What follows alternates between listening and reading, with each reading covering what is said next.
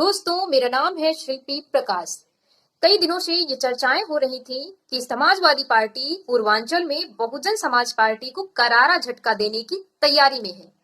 बताया जा रहा था कि बहुजन समाज पार्टी के कद्दावर नेता शाह आलम उर्फ गुड्डू जमाली समाजवादी पार्टी में शामिल होने वाले हैं।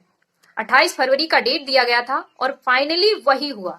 आज 28 फरवरी है और बहुजन समाज पार्टी के नेता गुड्डू जमाली ने समाजवादी पार्टी का दामन थाम लिया है। बताया जा रहा था कि काफी समय से गुड्डू जमाली समाजवादी पार्टी के संपर्क में हैं और इसकी जानकारी सपा नेता आईपी सिंह ने अपने एक्स पर एक पोस्ट करके भी दी थी।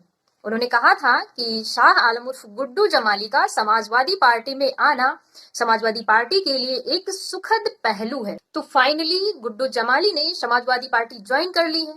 दोस्तों, अब सवाल यही उठ रहा है कि क्या पूर्वांचल में गुड्डू जमाली समाजवादी पार्टी को मजबूत कर पाएंगे? क्या उनके आने से सपा को ताकत मिलेगी?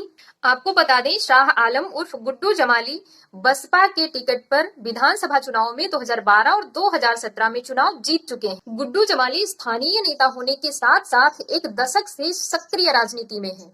यही वजह है कि जब अब वो समाजवादी पार्टी में आ चुके हैं तो समाजवादी पार्टी को खासकर आजमगढ़ सीट से बहुत बड़ी ताकत मिलने वाली। गुड्डू जमाली ने 2014 के लोकसभा चुनाव में और 2022 के लोकसभा उपचुनाव में बहुजन समाजवादी पार्टी के टिकट से 2,66,000 से ज्यादा मत प्राप्त किए थे। इस लिहाज से गुड्डू जमाली के सपा के साथ आने से अब आजमगढ़ में सपा की जीत बिल्कुल तय मानी जा रही है। अभी तक आजमगढ़ की सीट से समाजवादी पार्टी ने अपना कोई उम्मीदवार घोषित नहीं किया है। पहले बातें चल रही थी कि शायद धर्मेंद्र यादव इस सीट पर लड़ेंगे, लेकिन हो सकता है अब गुड्डू जमाली साथ में आ गए हैं तो वो भी इस सीट पर चुनाव लड़ सकते हैं।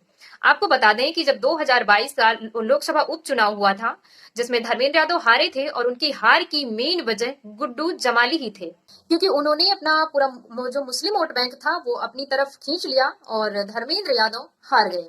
दोस्तों, खबरें ये भी आ रही थी कि अखिलेश यादव गुड्डू जमाली को अपने साथ ला करके एक तीर से दो निशाने साधने की कोशिश कर रहे हैं। मेरा मतलब है कि अखिलेश यादव अब गुड्डू जमाली को विधान परिषद भेज सकते हैं।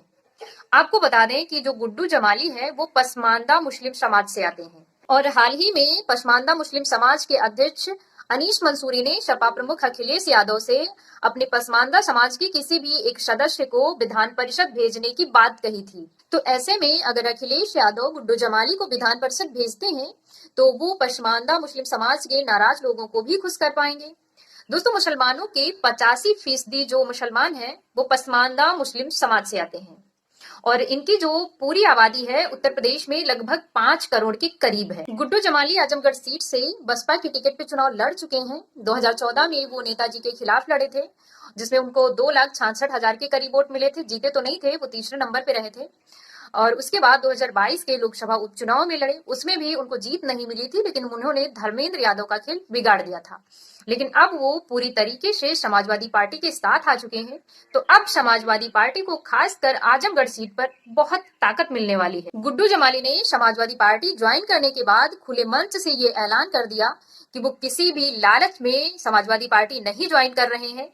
उनको समाजवादी पार्टी में कोई पद मिले या फिर ना मिले, उन्हें कुछ भी मिले या ना मिले, लेकिन वो आजीवन समाजवादी पार्टी के साथ रहेंगे। वो समाजवादी पार्टी का दामन कभी नहीं छोड़ेंगे और उसको मजबूत करने का काम करेंगे। तो दोस्तों, गुड्डू जमाली का समाजवादी पार्टी में आना एक सुखद पहलू पार्टी के लिए माना जा सकता है और आजमगढ़ जैसी सीट पर समाजवादी पार्टी का जीतना बिल्कुल तय माना जा सकता है। वैसे दोस्तों, आप इस खबर पर क्या सोचते हैं हमें कमेंट करके जरूर बताइएगा। अगर वीडियो पसंद आई है तो लाइक, शेयर और चैनल को सब्सक्राइब जरूर करें।